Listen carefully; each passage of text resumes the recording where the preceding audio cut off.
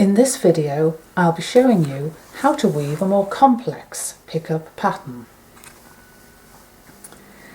I will be weaving picks 5 to 10.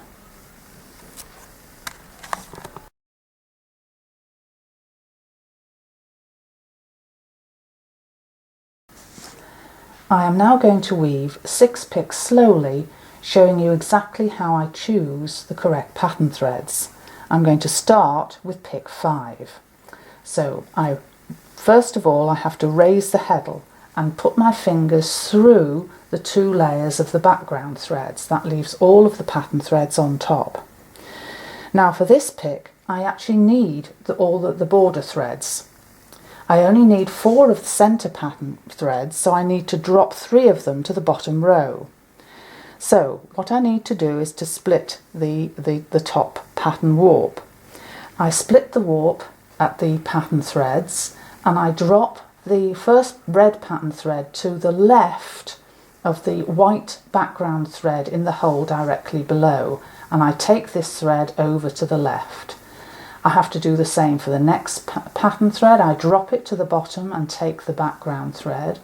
Now I need the next 4, so I can take all of those across and the threads in the holes underneath, and then I don't need the last red pattern thread, so I drop this to the bottom and then take all of those background threads together. So here is the correct shed for putting the shuttle through. So that's pick number 5. Now for pick 6 I have to lower the heddle. And this of course is the easy row, because I only have to choose which pattern threads with the tip of the shuttle.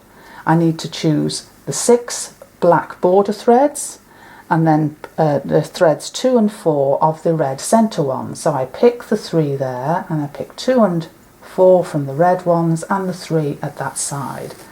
So that's the easy pick. And for the next pick 7, I raise the heddle, I put my fingers between the 2 layers of the background threads, leaving all the pattern threads on top.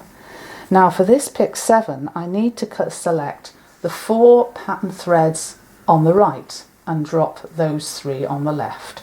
So I split the warp, I drop the red pattern thread to the left of the background thread in the hole underneath and take the background thread across, drop the next one, take the background thread underneath, drop the next red pattern thread, take the background thread across, and that is the next shed for raise the heddle. Now for pick 8 I have to lower the heddle, and of course this is an easy one because I just use the tip of the shuttle to choose the threads that I need. Now for pick 8 I don't need the side pattern threads anymore, so I don't choose those. I just need numbers 1 and 3 and 6 of the red ones. So that's all I need for this particular pick. An easy one to do. Now for pick 9 I raise the heddle, put my fingers through and separate out the background threads.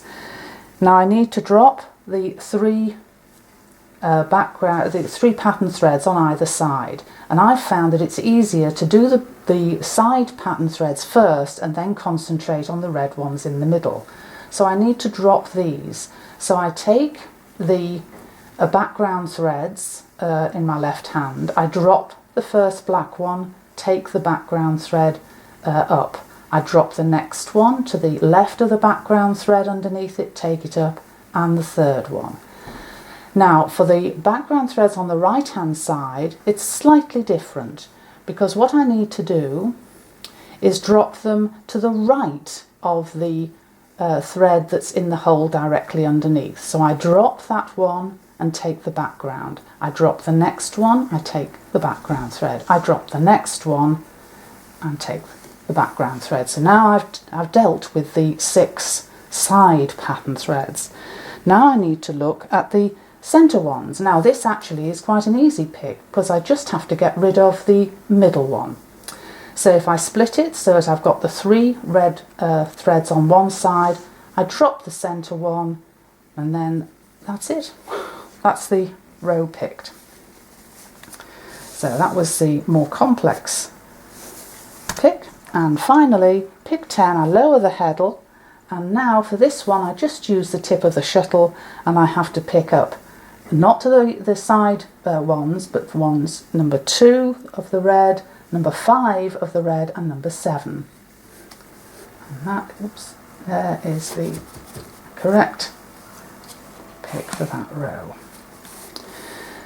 So I've now done 6 picks slowly so that you can see exactly how to choose the correct pattern threads. Now, weaving this more complex pattern is not as difficult as it might seem, and it is quite easy to get into a rhythm. I'm now going to weave picks 11 to 16 at a more normal speed. So for pick 11, I raise the heddle, I put my fingers through the 2 layers of background threads. I need the border thread, and I only have to drop the centre of the red pattern threads. Now for the next pick I lower the heddle, and for this pick it's easy because I just need to use the tip of the shuttle. I need the side border threads, and I need 1 and 3 and 6 of the pattern threads. That's perfect. Now for the next pick I raise the heddle, put my fingers through to select which of the pattern threads I need. Now I need the border threads, and I need just 4 of the top red threads, so I don't need the 3 on the left. I split the warp, drop it to the left of the background thread underneath. The same for this one, so the same for this one, and this one, and this one. That's right, they're selected correctly. And take the thread through. For the next pick I lower the heddle, and I just need to use the tip of the shuttle on number 2 and 4 and take it through.